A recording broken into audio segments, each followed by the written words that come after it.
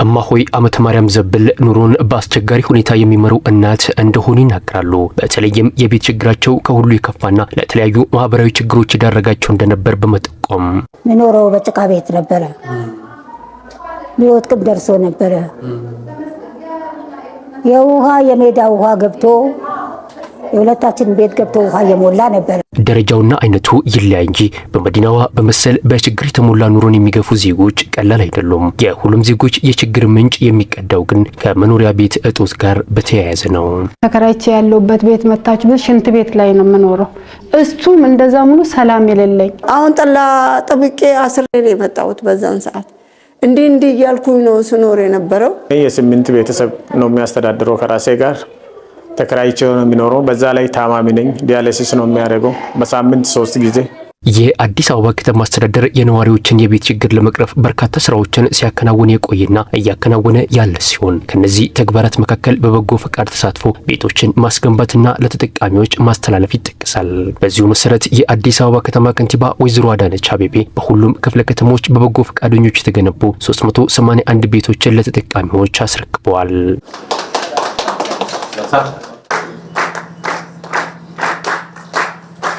ዛሬ በመላው ከተማችን በተለያዩ ክፍለ ከተሞች 381 ቤቶችን እናስተላልፋለን። ከነኚህ ከ381 ውስጥ 273ቱ ነባር የቀበሌ ቤቶቹ ፈራርሰው ወዳድቀው ያልነበራቸው መታጠቢያ ያልነበራቸው ለመውጣትና ለመግባት ጭምር አስቸጋሪ የሆኑ በክረምት ዝናብ በበጋ ደግሞ ፀሐይ ያስቸግር የነበሩባቸው ቦታዎች ናቸው።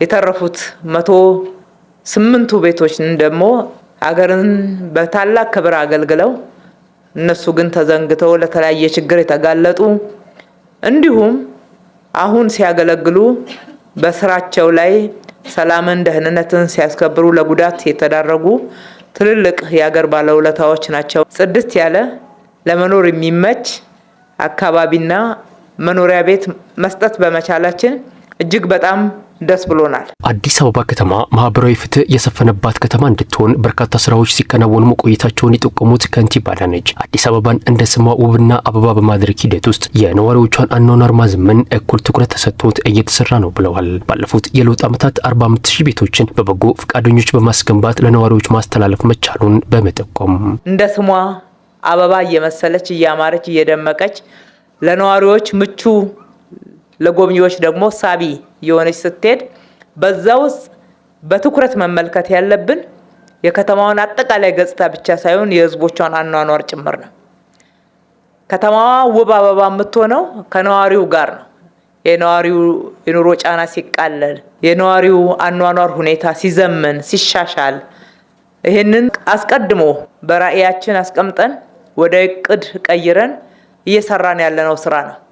ከዚህ የተነሳ አሁን በበጎ አድራጎት ብቻ ከለውጡ ጀምረን እስከ ዛሬ ድረስ የሰራናቸው ቤቶች ከ45000 በላይ መድረስ ችለዋል። የመኖሪያ መንደሩ ለህፃናቱ ምቹና ለኑሮም ተስማሚ ተደርጎ ለምቷል ያሉት ከንቲባ አዳነች መተባበርና ማህበራዊ ኃላፊነትን መወጣት ባህል እየሆነ መምጣቱም ዘርፈ ብዙ ጠቀሜታ እንዳለው አንስተዋል። እዚህ ጋር የሚቦርቁትን ህፃናት ተመልከቷቸው። መጫወቻ መውጫ ቦታ እንኳን አልነበራቸው።